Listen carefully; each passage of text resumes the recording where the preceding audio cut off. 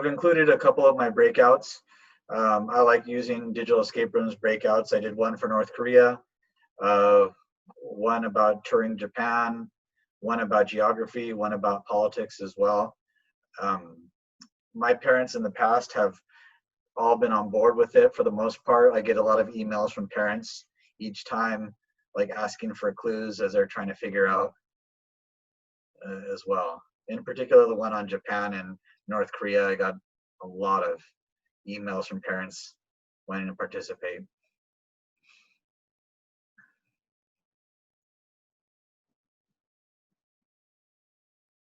How do we add to it? I'm sorry. Just put in the chat or add.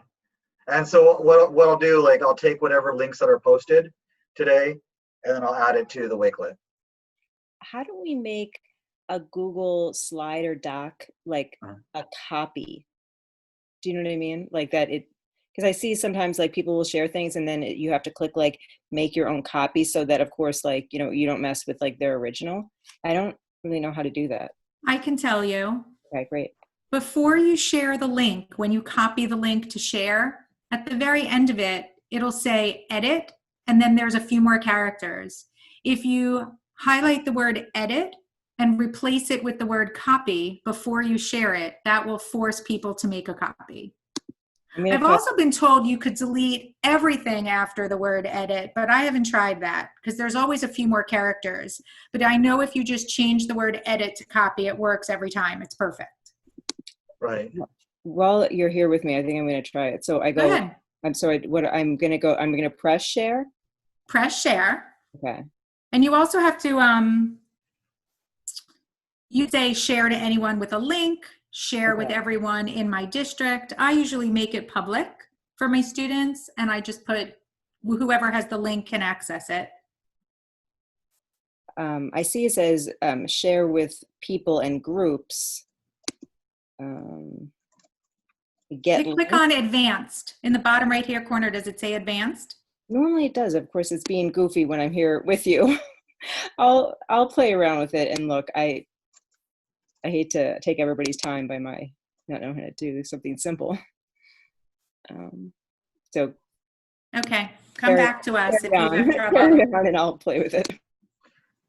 Yeah, it's pretty easy to do. And like she said, you could do like multiple settings. So like, for example, I restricted just myself, but I send it to everybody kind of thing outside, because a lot of times, and that kind of like was the impetus of me creating a separate drive, because it says property of your school district.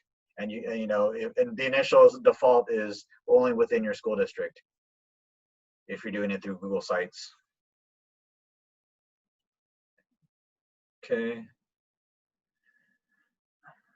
So Velasta, don't worry about collaboration, but if you just want to go ahead and send anything in I'll take anything kind of thing. And the email is Social Studies Network Drive at Gmail, or if you want to post within the chat.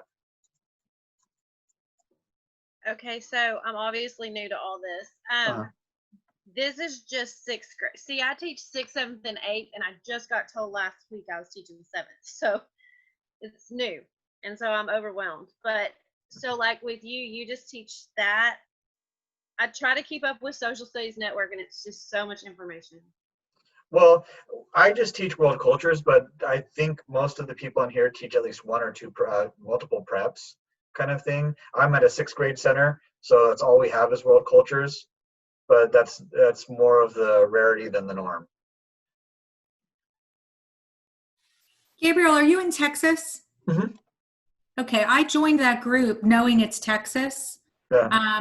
I was part of a big middle school social studies group on Facebook, but it was so world history focused. And I did a little searching and posted about looking for a world cultures group, which is what I teach, and was led to that Texas group. I'm in Florida.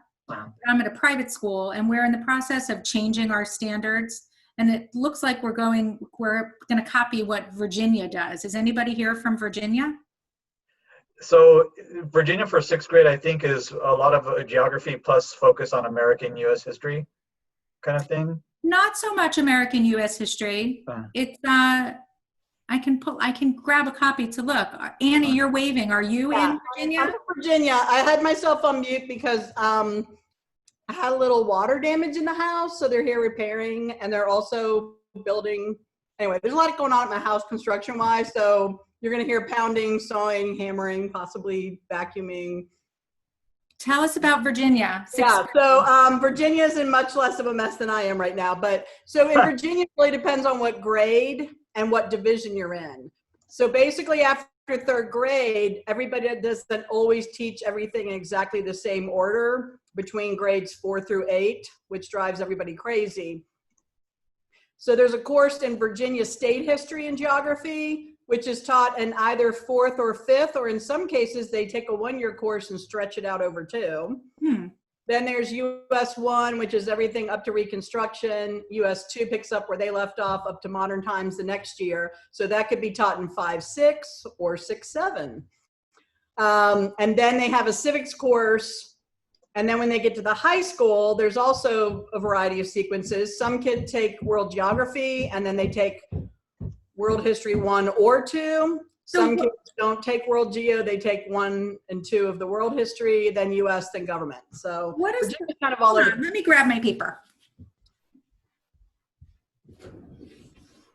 And we're not a Common Core state. We have our own standards, which are called the SOLs, which is kind of funny if you think about the acronym. I have something from Virginia Public Schools. It was from January of 2008. Okay, so those are our old standards, but even then we still had that sequence in place. The standards were revised in 2015, and now they're up for revision again starting this January. They'll have the conversation because we're on a 7-year cycle. But geography then that I'm looking at, you're saying is for high school? That is a high school course. Sometimes people do teach that in 8th grade for a high school credit though. But if you're looking at 08, those are very outdated. And so the 2015 standards, because of some political, it just got political, they really weren't fully implemented until 2018. And now they're already talking about the next revision in 2022, where we hadn't even barely implemented the last ones because they spent so much time fighting over them in the General Assembly. And on top of that layer, because our governor was outed wearing blackface and publicly humiliated across the world, he put an African American History Commission in place to go through the standards and look for evidence of bias and things being left out. I'm on that commission with my boss, Dr. Ayers. So we actually just recommended last week a lot of changes, K-12, that they are calling technical edits because they've been deemed inaccurate by the historians. So we may actually get the technical edits and then a year and a half later have to look at them again because it's legislated that we have to revise in 2022. Okay. Welcome to Virginia.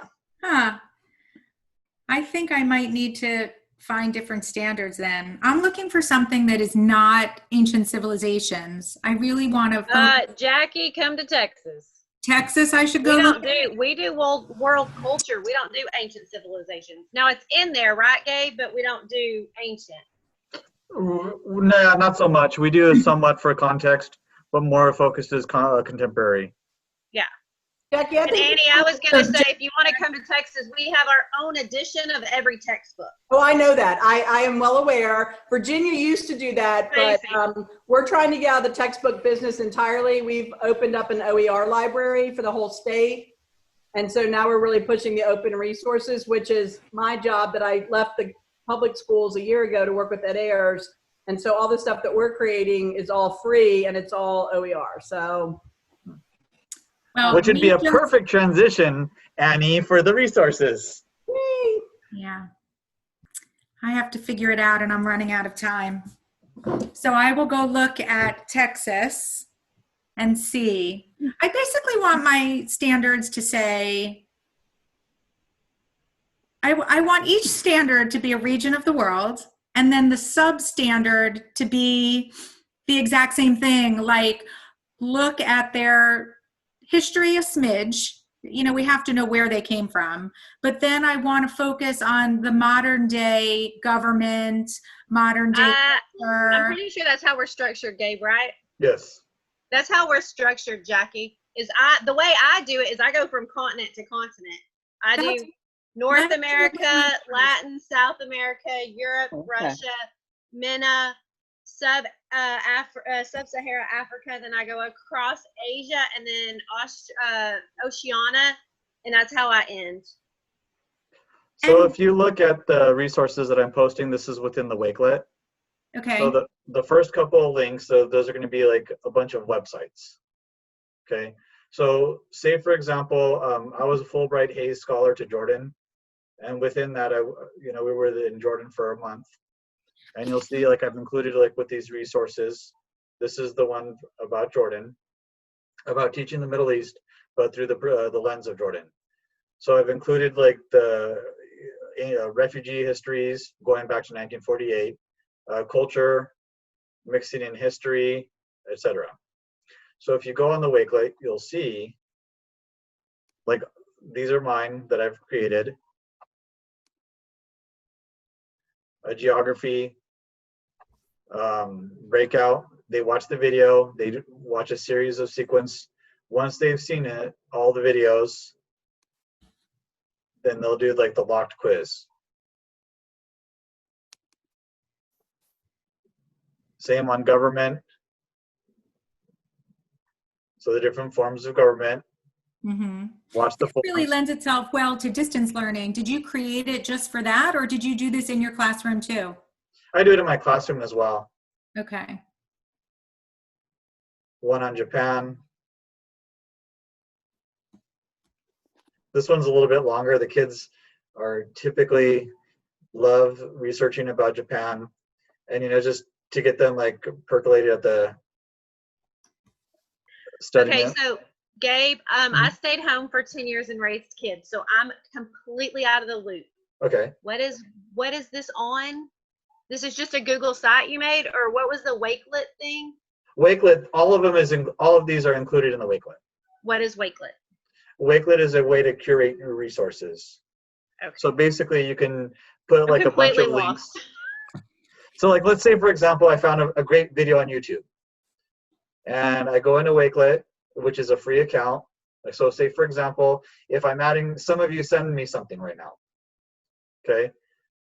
Plus, what do I want to add? URL. So like, let's say the videos that we have that we're creating. So youtube.com Social Studies Network.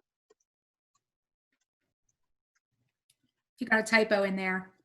Oh yeah. Thank you. And now it's added to it. Okay, and are you Social Studies Network? Is that you? Okay. And so this is your Wakelet? That's what I'm confused about. Yeah, it's mine, but it's whatever everybody's going to share today or has shared, and I'll keep adding to it, kind of thing, and then send it out to others. So you send it to other people, but this is your personal drive. It's not a drive. It's just a web page. Your personal space is what I'm trying to say. Like nobody else sees it unless you give them access. Well, you can open it up to everybody, to whoever you want to send it to. Okay, I have a million technology questions. Sorry. No worries. But it's free and it's very intuitive. So say for example, like if that one you don't like, if you go into the first one, Live Binder, you'll see the same kind of setup, but it looks different. Or if you go into ThingLink, I could just post my websites within there, and I just attach them to a map. And within the map, like, so the kids are going where I want them to do. Okay, so those were the resources that I was going to share. I put some in the chat from Virginia. I put the current standards, Jackie, so you can compare. In the 2015 revision, they tried, which really didn't get implemented until 2018. They tried to move away from being so Eurocentric. The commission that just finished their work has sent it to the governor. He's calling the General Assembly in for a special session in August. He wants these changes made for this school year, like in 3 weeks. Okay. He's not playing. Like those revisions will hopefully be posted by the end of August. and pushed out to superintendents, and then I can send them to Gabe if you're interested. And then I also, the Virginia Geographic Alliance, Texas has a very strong Geographic Alliance. It's based out of the Grosvenor Center for Geographic Education, Dr. Boehm at UT Austin. But our state alliance, we host an AP Human Geography Institute every fall for teachers, and we pick different topics. But a lot of that spills over into general world geography. You don't have to be an AP kid to benefit from that. Right. Everything we've done for the several years is under that link to our state geographic alliance, if that's helpful. The link that I shared is to a Google Doc, and it looks really like, what are you looking at? But it's just the cities in South America that have a population over 1 million people. Mm-hmm. And I have, at my school, we bought a giant map of South America from National Geographic. We had rented for years, but then they switched to selling. And so we got one. And this is just one of the activities I do with the kids, and they really like it. I got like big, like Lego, I don't know what you call the big Legos, but, and so for every 1 million people, they take the card that I have laminated that says the city and country and the number of million people. And they work with a partner. They're kind of like in 4 stations around, like teams. They figure out where the city is on the map, and then they put the Legos amount to represent, if it's, 5 million, then they stack 5 Legos up. So by the end, it's like a race, which team can get the cities done the fastest. They each get like 10 of them or whatever it is. And then we can see where the big cities are in South America, and we talk about it being a hollow continent and why. So that's just what I have there. Awesome. Have you seen the Owl and Mouse? I'm looking up the URL right now for people that don't have the Nat Geo ones. What is it? Owl and Mouse, yourchildlearns.com. And you could do like different child size maps. I've seen the Your Child Learns. I've used those just as like a blank website, or map, but you can change the maps. Yep. Let me go into it right now.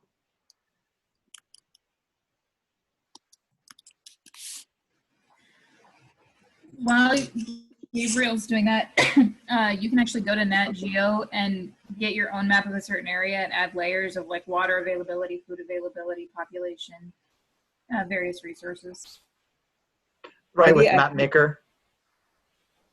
I've used some of their ones where you print out the page and you can tape them together, and the kids have like made GDP maps and different.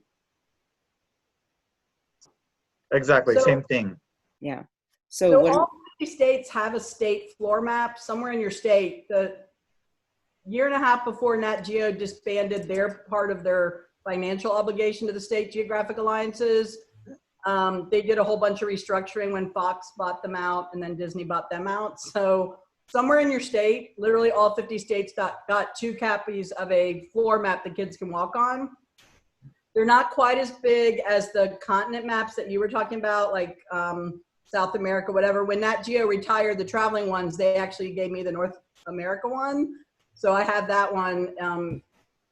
I stored it at one of the universities because it's too big for my house. But I know my state, Pennsylvania, our Geographic Alliance has James Smith. Yep, you have a great one too. Yeah, we have a state map. Yeah, we're able to continue like ours because they had other sources of funding. But a lot of states just don't have one anymore because their only source was Nat Geo. But you guys should be able to figure out, if you can't figure out who has your state map, if you contact me, I can probably find out for you. No, yeah, we're good with that. It's just unfortunate that we won't be doing kinesthetic learning this year.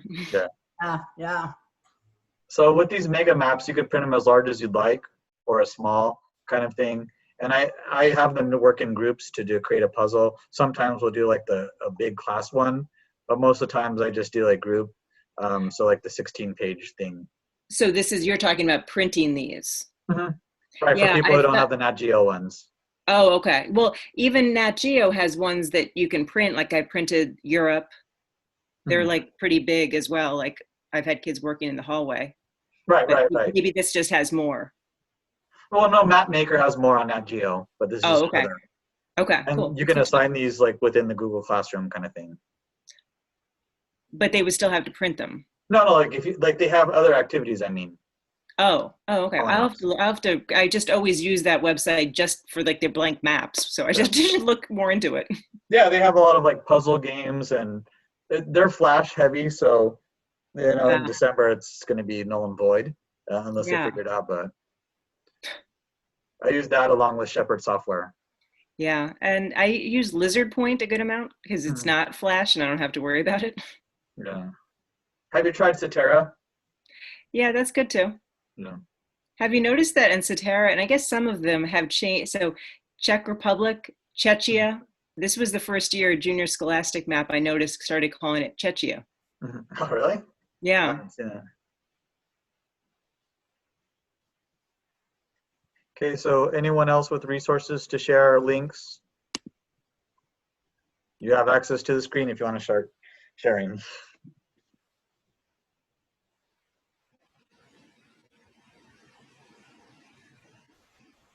I could share something. Awesome. How's everybody doing? Good. Good. You?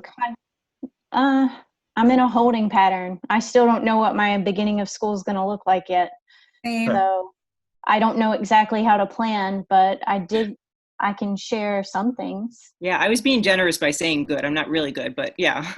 Yeah, I'm in full tilt panic mode. Yeah, Trying not yes, to that's panic, being like, accurate. I think we finally have ours nailed down as of last night. they tell me on my birthday next week. So When great do birthday y'all present. start though? Like when are some of y'all starting? August 20th. Our kids come back the 19th. I'm my private school, and our head of school we have a meeting on August 4th. I think that's when teachers are going to get the information, but they're We were preparing. supposed to go back the 5th as teachers and the 13th as students, but they pushed us back a week. So now we're starting the 20th, but we're face to face. So Same. Right now we're 100% in, and it is not okay with me. well, they're giving us the option. We're 100. We're face to face or online. I mean, you have either option. And then That's my nice. personal children, if you choose online, you can't come to school for anything. You can't come to band, you can't come to athletics, you can't come to welding, nothing. So you have to choose. Now my school's not doing that, but my children's school is doing that. But Velesta, parents have a choice. Do teachers in your district have a choice? No, because we don't have the numbers. My mom's district does. They have a virtual teacher that gets to just do the virtual. But I teach all 6th, 7th, and 8th graders. We only have 350 from K to 12. We don't have any extra teachers, so we don't have a choice. But a lot of ours are very low income. They need to be there. They need the meals. They need that. So we need to be back in school. Ours don't have opportunities. They're being left home alone. They need to come. 6 through 8 self-contained inclusion. No, I'm 6 through 8, just history.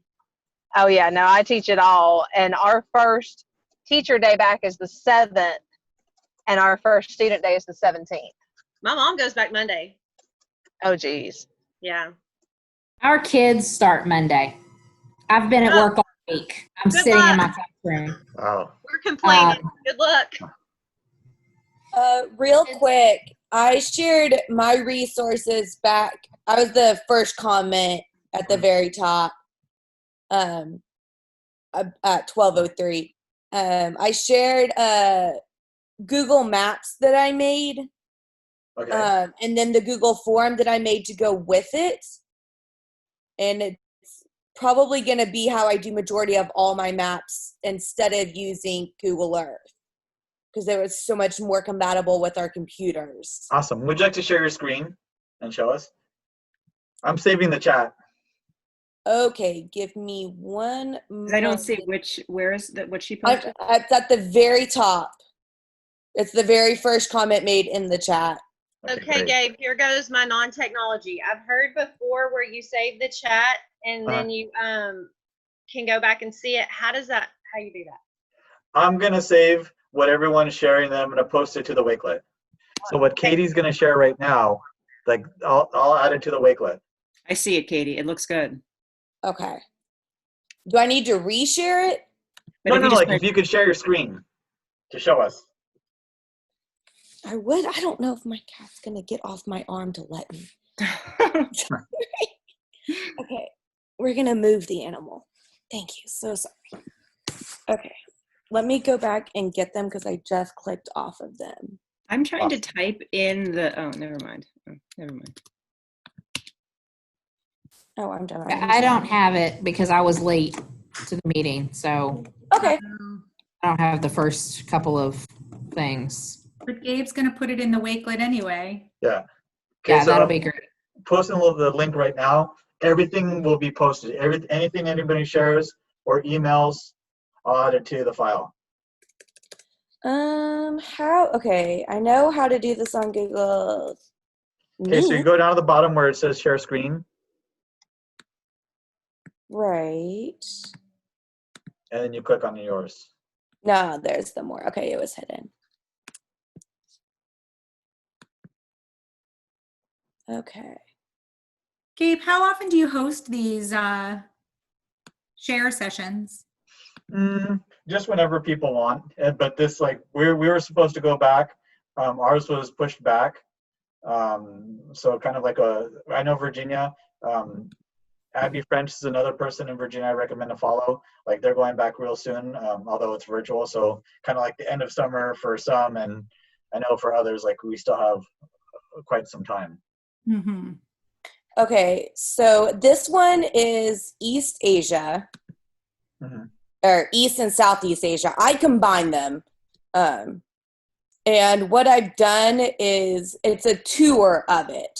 And so when you click on it, it will zoom into it. And I have a screencastify video when I publish these that tells the kids what to do, because I want them to click on the view in maps. And I want them to go through the pictures down here. So they'll actually click on the pictures and get a much better view and sense of every single location. And then when they're done. Did you add those? You added those pictures in?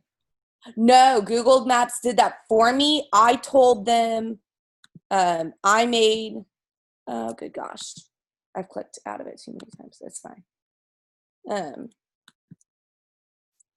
I added these, and then I changed my layers.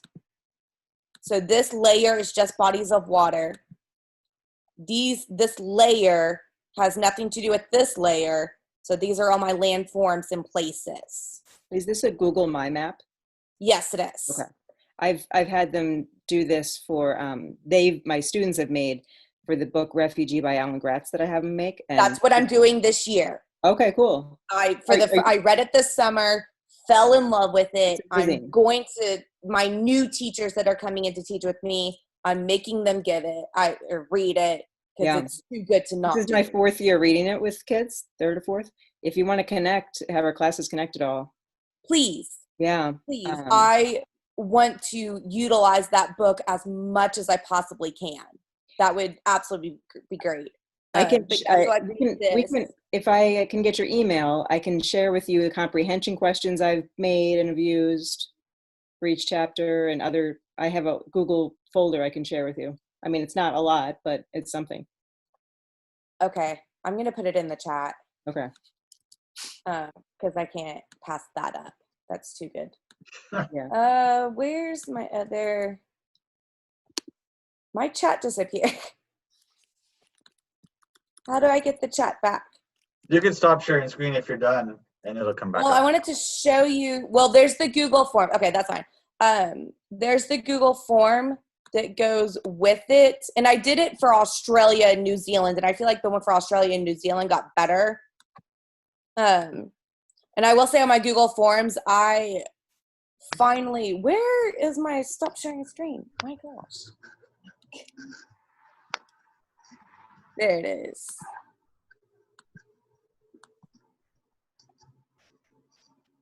It says pause sharing.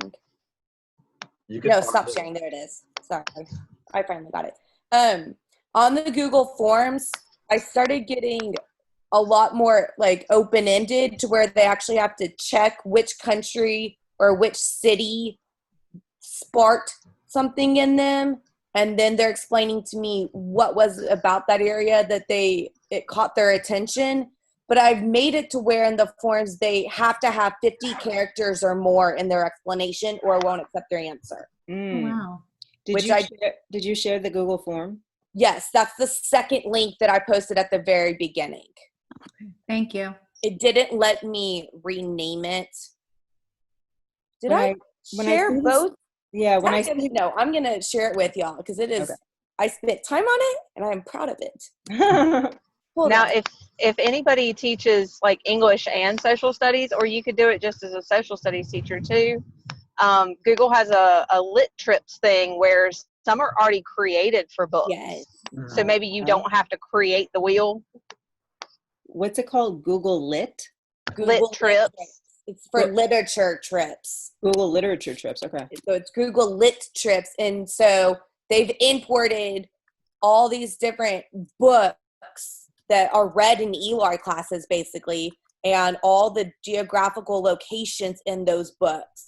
And you travel as if you were the character in the book, like in and around all the locations that are talked about in it. That's kind of the idea of the Google My Map that I have the kids make, but I mean, if there's one already made. Well, I wish I'd have known that because I teach it and I used to, and I would take the continent we were in and find a book to read about like we did Hatchet for Canada and Frank for Europe. That stuff would definitely lend it. You can also create your own lit trips. Like you can go in and it's got it all set up and it walks you through creating your own if you want to. I put the link in the chat. Yeah, I see it. Thank you. They're still supporting it. I think part of their restructuring that kind of fell by the wayside as well. A lot of things at Nat Geo are no longer being updated or continued supported. But they were awesome, and I like him because they start off I think he was from New York, a public librarian started on his own, and they got so popular that Nat Geo were like, hey, can we help you with that? And then they kind of co-opted it, which makes me sad because now I think if he still had control of it, then it would, be updated. But but the ones that were there up until the time they supported them are still there. And they have them broken down by grade level. My personal favorite was the Watsons Go to Birmingham. I think that's one of the best ones. But I was going to ask about A Long Walk to Water. I just clicked on the link and it's the very first book listed for grades 6 through 8. Now you used to have to register before it would let you download any of them. And I don't know and it looks like they got something about John Lewis. So maybe the librarian guy took them back over. I hadn't checked this site in a while because they hadn't maintained it in so long. They have a donate button, which makes me think now he's taken it back on now that it's gotten abandoned. So that's good. Maybe he'll make it functional again. Because there were like a lot of broken links and stuff about a year ago. But anyway, it's there and it's an awesome tool. And kids can make their own. I got your email. I'll send you or I'll email you about and thank you. That form looks great. I really like it. And I got better. I like the one I did for Australia more than that one too. Well, if you want to share that one too. Yeah. It's what I presented to our staff meetings and stuff during, I don't even know what you want to call it, during crazy time. I'm updating the Wakelet right now with all the links. Gabriel, the ones I posted, they kind of go together, that Earsea Abandoned Island story and the Google spreadsheet that I have. Right, I saw that. It goes with the theme of geography, human environment interaction, like how we humans have altered the environment. So some of it's like the Bikini Atoll, and just some of them they're pretty like high interest things for the kids. Yeah, I saw that. I'm doing that right now. Okay, hold on. Okay, Anna, you said you were going to share something as. I'm looking at it and I was like, maybe it's not ready yet, but I can still share it. So I'll present. Yeah, usually you have really great stuff. Not Setting the bar high. I've had a summer. I told myself I wasn't going to do any PD, and then I signed up for 3 classes. And I did. My classes, I'm working on graduate projects right now, so I haven't done anything for school. But I'll go to share screen. All right, I'm going to start with some of the resources I got from my classes, which I think would be good. So have you guys seen Map Fight? Yes. Okay, good. That one was awesome. That one was new to me. It's like the true size. So I'm totally using this year in every unit. The other one that I really like is earthnullschool.net. Do you guys use this one too? No. Never heard of it. This is really cool. I don't know why it's not working right now. Oh, there it is. Yay. You can actually change the data, and you can look at, like right now it's on wind. It's showing you wind currents around the world. It's a lot like the Nat Geo Interactive, but this is updated. It's a little bit behind, but you can do wind, you can do temperature. You just click on what you want and you get it. Like we were tracking hurricanes in my class last week, and I was like, oh my gosh. So, and we noticed that there was one, like from looking at what was going on in the Atlantic, we were able to see that there was one heading for Hawaii. So I'll be using this in every single one of these too. The only other thing I was really going to share is how I introduce things. So I usually have a slideshow, and if we're face to face, it's got activities, but obviously after looking at it, it needs to be updated so that it can be adapted for remote teaching and remote learning. But this is usually kind of how we go through it in class. So you locate, I've got links to Nat Geo videos. So my standards get turned into essential questions. We brainstorm. But I would make this an interactive slides where students would actually type what they learned as they went through it. And I'd have screencastify directions to kind of help them get there. And then instead of doing like an actual physical map assignment, was it Katie? Yeah. Okay, Katie, I was going to do something kind of like what you did, where I'd have them go through, but I was going to use Google Tour Builder. Haven't made it yet. I'm nowhere close. Tour Builder frustrated me, which is when I found the maps.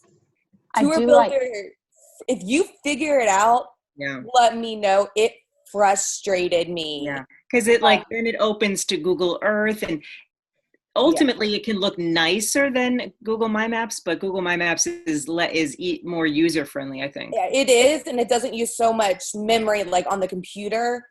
I will say this looks like a great thing to turn into a Pear Deck and still keep the interact. This looks like a great thing to turn into a Pear Deck. I just found out about Pear Deck like in April, and I'm going to be trying that. And yeah, a lot of my lessons that are like this will be converted to a Pear Deck format. That looks like a great, it would lend itself easily to it. I have a question. If you use Pear Deck, is the free version worth it, or is the upgrade more worth it?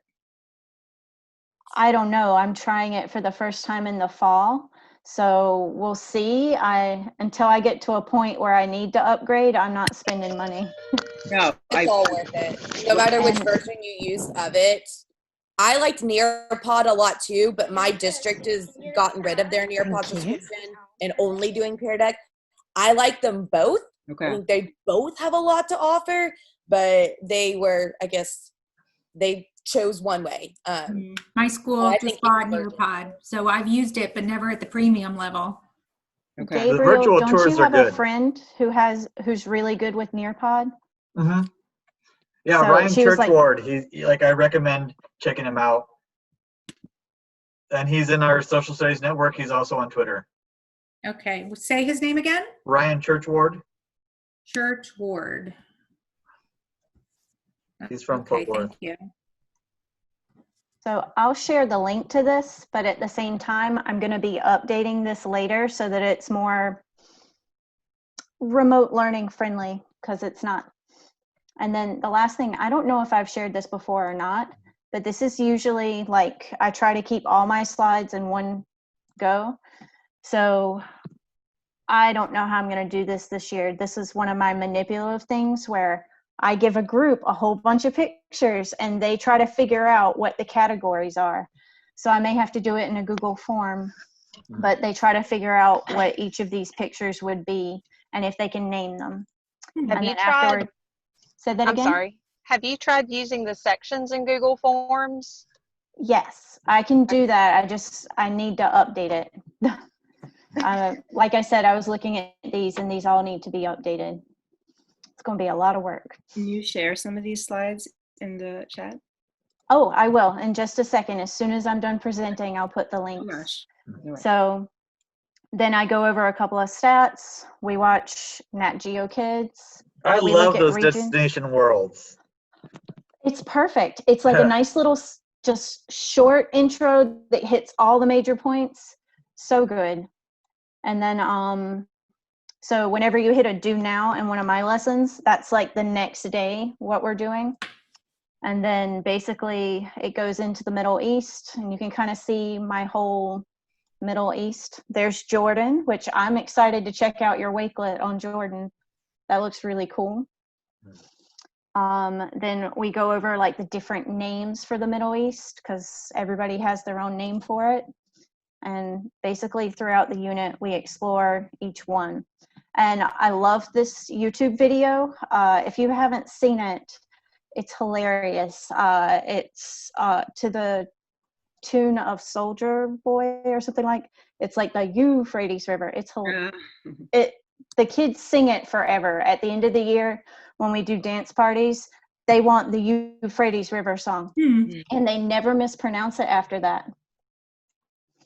So I won't have packets this year, so that's got to go. But we go through and we do a map assignment. So I may do something with Quizlet and do like one of those interactive diagrams. But like I said, I got to update all of this. But you've got climate. Feel free to use the images. We've got climate graphs. So looking at religion, we go over scale, time zones. I know this is super fast, but the best part is I found a ton of infographics about oil, and like each group would get an infographic to answer, and then what does this mean? So, and then we would kind of go over what they got right, what they didn't quite understand. And there was one of them, like this one on the side, the top 5 Middle East oil reserves. It looks pretty cut and dry, but when you're actually looking at the captions, it's not as clear. So that's one that we always are like, well, what does this actually mean?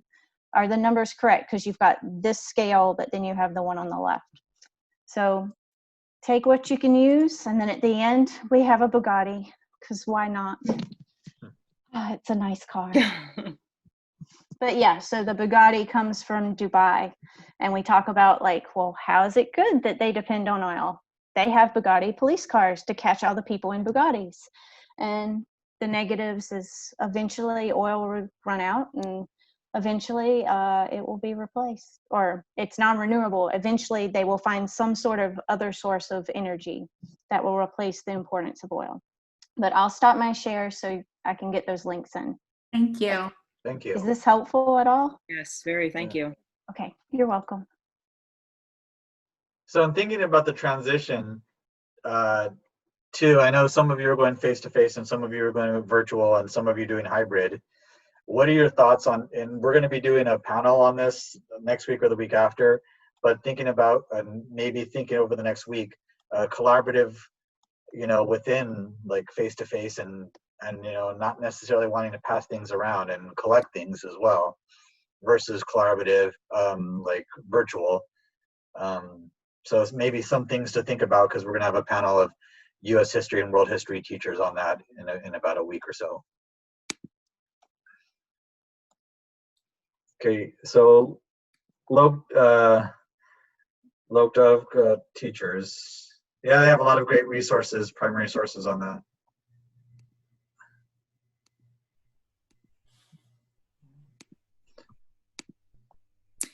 They have these things called where you can use books and then use like the primary resources available on the website to teach the books. There are some already created. There are some for elementary, middle, and high. So like there's one already created for The Great Gatsby. There's one already created for Esperanza Rising. So those are some great things on there. And then they also have these document sets where it's already set of documents to answer a specific historic question. Oh, awesome.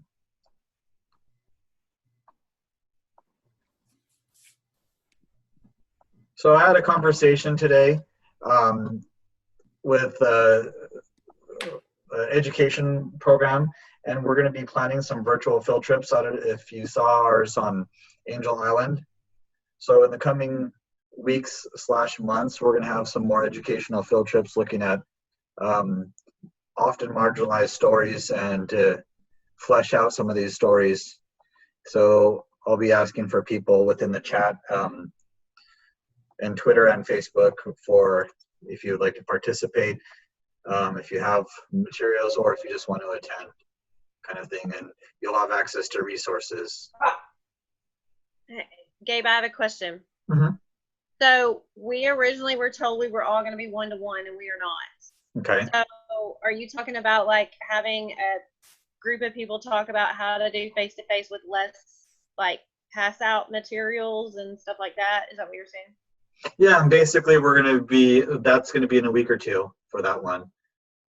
That's where I'm trying to figure it out, because I thought they would have computers sitting in class, and now they're not going to. So it's going to be face-to-face and no technology? Well, face-to-face, no technology in the classroom, and then virtual will have a device. But they're going to have their own devices, not the ones we get. Ooh. Yeah, I'm struggling. So the people that are going into school, can you not give them some virtual components of it? Yes. Which cuts down on the paper? What do you mean, like for them to do the activity? I think I might lean that way. No, I want to. They don't have devices. That's my thing. Like I have 2 computers in my classroom. Wow. Yeah, we have no technology. It's great. The spring was a nightmare. Yeah. We did packets. I had 50% of my classes doing packets and 50% on the computer. Wow. But they have to use their own devices. We don't have any. Wow.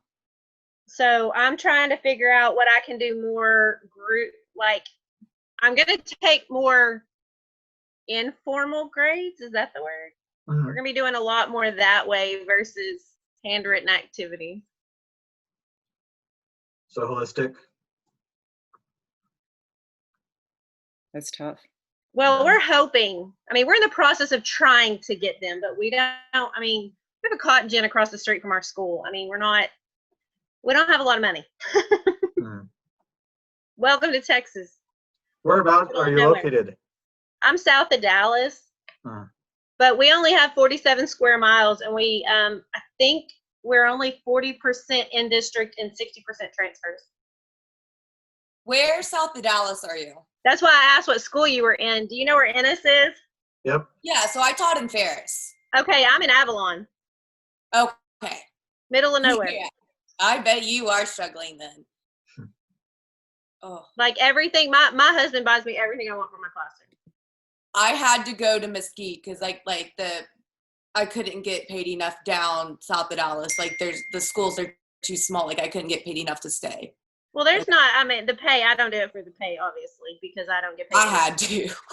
Well, my husband's good and we have 5 kids, so we're good there. I do it because I want to go back and teach because I can. I have that option. Others don't. But anything I want for my classroom, my husband probably spends between $2,000 and $3,000 a year on my classroom. Whoa. Oh, yeah.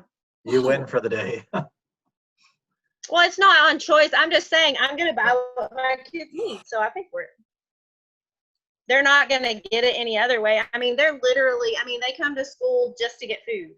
I have kids that sleep during class because they don't sleep at night at home. I mean, I just do what I have to. Okay, so I'm still updating the Wakelet with all of the links that everyone has shared so far. Anyone else like to share a screen, share a resource?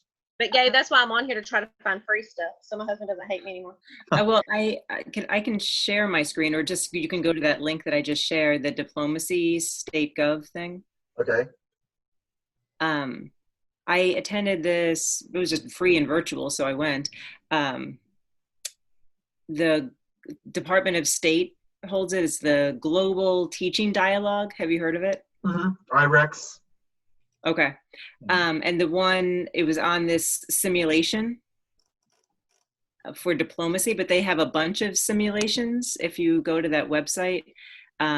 I did the one, like actually did it like with a group on the international migration crisis. And it's kind of like a made up scenario. The US and the UN are the only real, not made up, but kids get put into groups. Like one would be representing the country of Bhutan, one would be representing this the UN, one would be representing the country, this ribbit minority group, again this is all made up, that are displaced, you know. So it's really like his kids meet in groups that all have the same perspective, and they kind of like get their ideas formulated, and then they meet separately with a representative from the UN, from the one country, from the other, and they all kind of have to come to some type of agreement or compromise.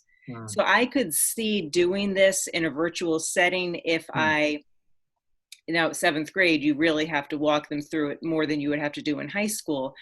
I would meet with the groups all individually, and then once they went into the other groups, then I would meet with them individually. You know, if it's like we have an hour Zoom time, then I would take 10 minutes with this group and 10 minutes with another. I just think it's really could be a great thing to do before doing reading Refugee by Alan Gratz, because it would give them some real understanding of the plight of refugees. Awesome. Yeah, I want to get to that book this year. Oh, I don't know if I'm going to though. Well, once you pick it up, you won't stop. So I'm thinking about doing the SDGs this year. I did a lot of work with it over the summer. And I started a Google Classroom, it's the Sustainable Development Goals by the UN. Okay. And we have about 40 classes signed up. I just need to get more proactive in that. And basically, what we have envisioned is looking at like goal 10, which is about inequalities, and looking at that through all these different schools and across the country and the world, and what does inequality look like in your country, kind of thing, or neighborhood, kind of, and take a different standard each month.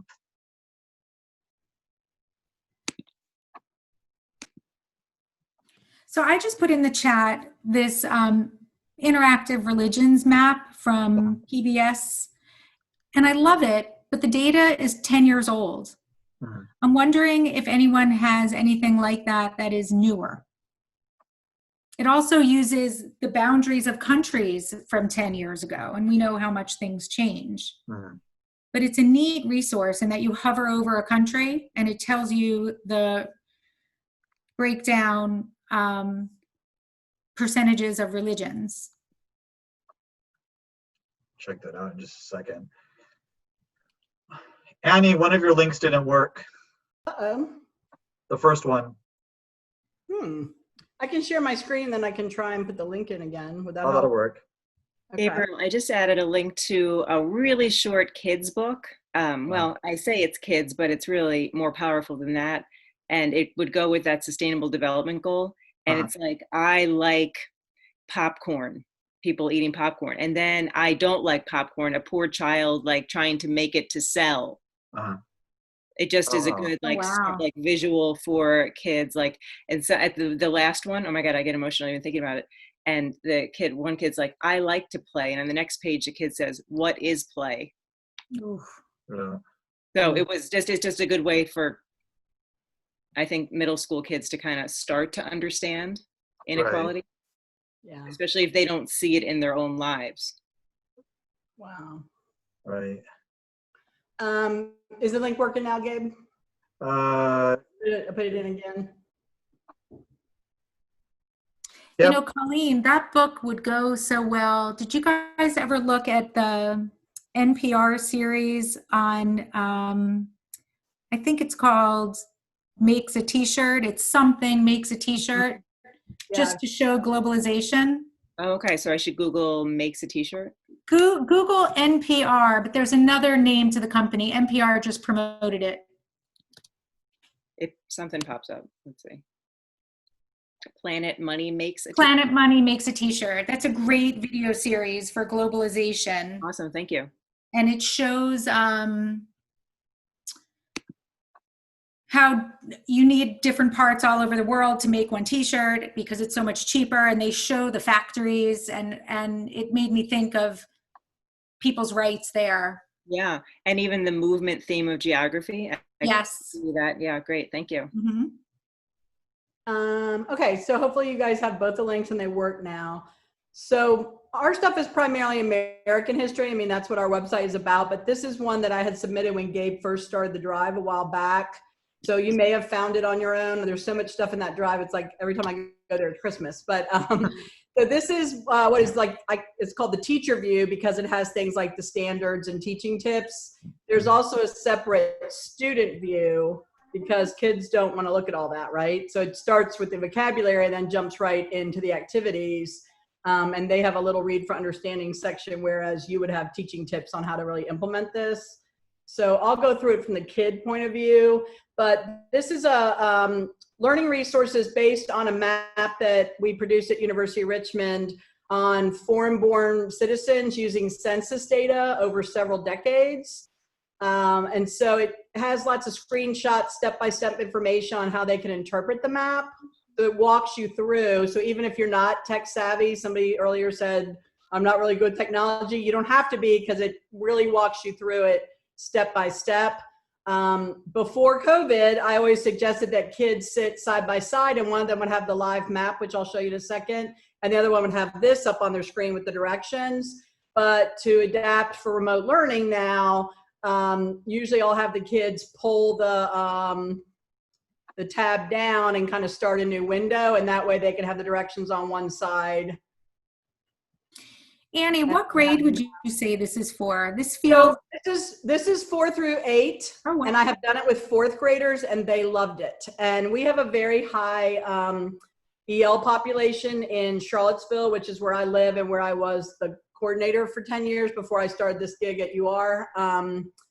And so I actually wrote this as a lesson for Dr. Ayers, which is how it turned into a job. I did 3 lessons for him for a workshop he was giving. And when he saw it, he's like, do you want to do this full time? And I was like, yeah.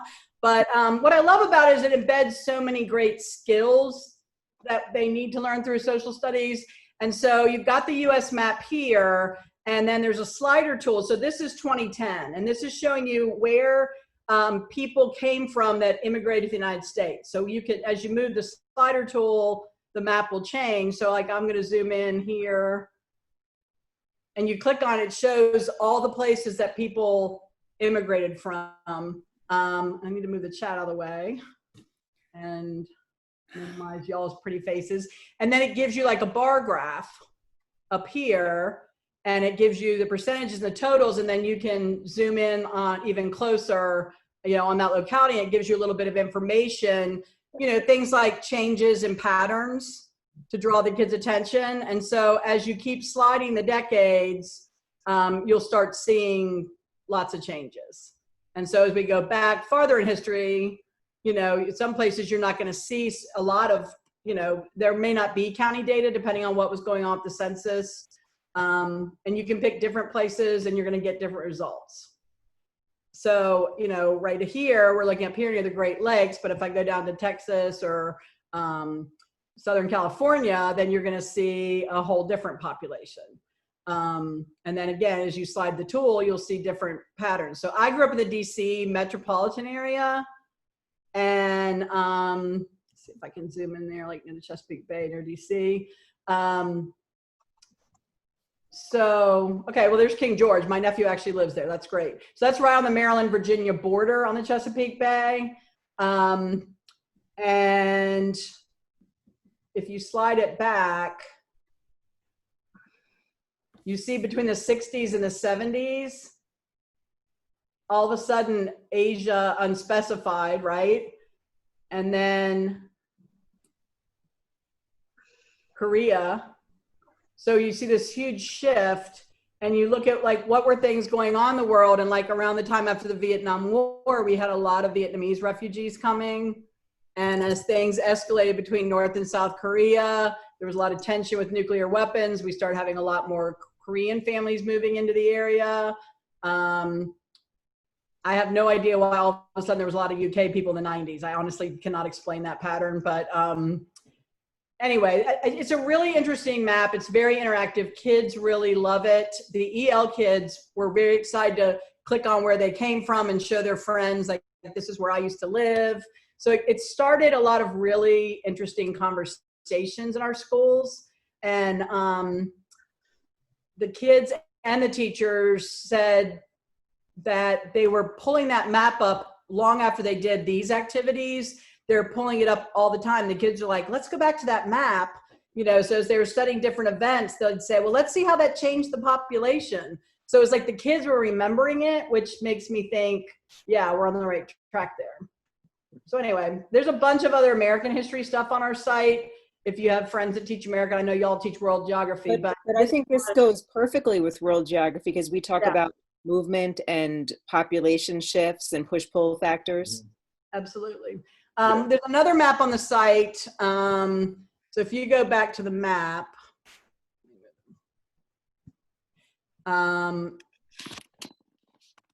about this map, here's all the other maps, like our redlining map. I can't even tell you how many hits we've had in the last 3 months.